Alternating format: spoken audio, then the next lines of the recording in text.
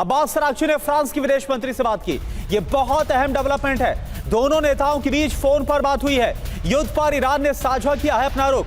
क्षेत्रीय और अंतर्राष्ट्रीय मुद्दों पर चर्चा हुई है। तो ये देखिए आप, हालांकि अभी तक खाड़ी देशों के जो समकक्ष हैं उनसे जरूर बात की थी, लेकिन इस बार फ्रांस के विदेश मंत्री से बात।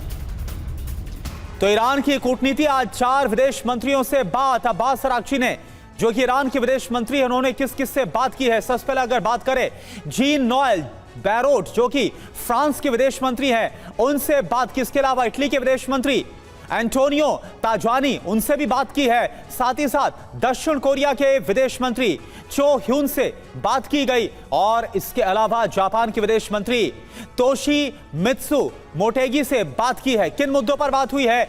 यूएस इजराइल से सीजफायर युद्ध खत्म करने की ईरान की जो पहल है वो सामने आई है। ईरान में तबाही और विकास को लेकर बात की गई है। खास बात क्या है?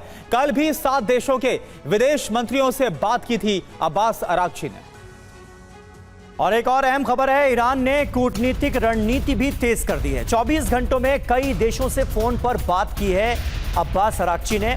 आज 5 देशों को ईरान के रुख के बारे में बताया। कल 7 देशों के विदेश मंत्रियों से उन्होंने बात की थी। तो डिप्लोमेटिक कोशिशें लगातार ईरान की तरफ से जारी हैं।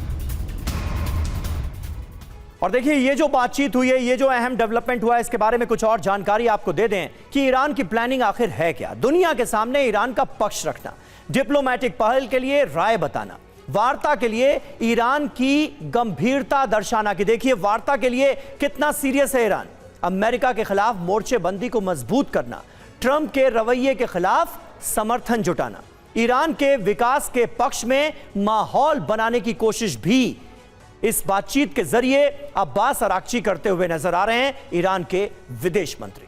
और एक और बड़ी खबर, होर्मुज से निकला एक ईरानी टैंकर यूएस नौसेना को चकमा देने में यह ईरानी टैंकर कामयाब रहा। इंडोनेशिया के करीब पहुंच चुका है ये ईरानी टैंकर। टैंकर में 19 लाख बैरल तेल मौजूद है। जो जानकारी, जो खबर आ रही,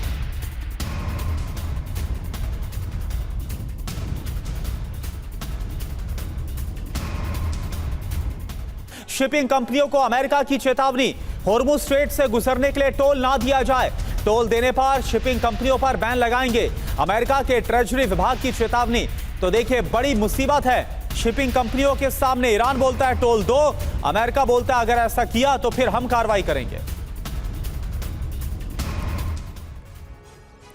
तो किस बात को लेकर ईरान अमेरिका में टकराव बढ़ चुका है, आइए ये जान लेते हैं। ईरान का पक्ष क्या है? नया कानून लेकर आ रहा है और अमेरिका नए और सख्त नियम बनाएगा, ये उसका रवैया नजर आ रहा है। दुश्मन जहाजों को निकलने नहीं देगा, ईरान ने कह दिया है। अमेरिका कहता है कि ईरान को टोल देने वाले शिप पर ही हम प्रतिबंध लगा देंगे, तमाम तरह के सैंक्शंस लगा देंगे, बाकी देशों को टोल देकर जाने देगा ईरान, ये उसका पक्ष है। अमेरिका कहता है कि नहीं, ईरान की अर्थव्यवस्था पर तो इस बार चोट लगेगी ही लगेगी। बड़ी बात यह है कि नए कानून को जल्द संसद में पास कराएगा तेहरान। ये जो टोल वसूली वाला कानून है, इसे अमल में लाने की तैयारी ईरान कर रहा है।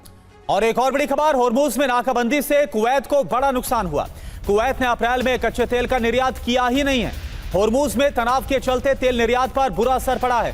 कुवैत में कच्चे तेल का उत्पादन जारी है और निर्यात बंद है।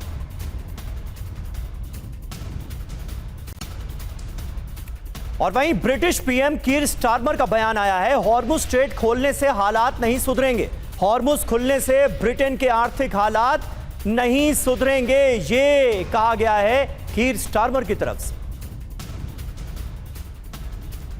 तो देखिए इस वक्त क्या मौजूदा हालात है। इस रिपोर्ट में आपने देखा, इधर ईरान की नई नीति के तहत कुछ प्रोटोकॉल तय किए गए, जिसमें कमर्शियल और सैन्य जहाजों के लिए अपनी जानकारी देना अनिवार्य किया गया। कमर्शियल जहाजों के लिए प्रोटोकॉल, कमर्शियल जहाज की जानकारी देना अनिवार्य, टोल चुकाना जरूरी होगा, पासपोर्ट लेना अनिवार्य होगा, जहाजों की चेकिंग होगी।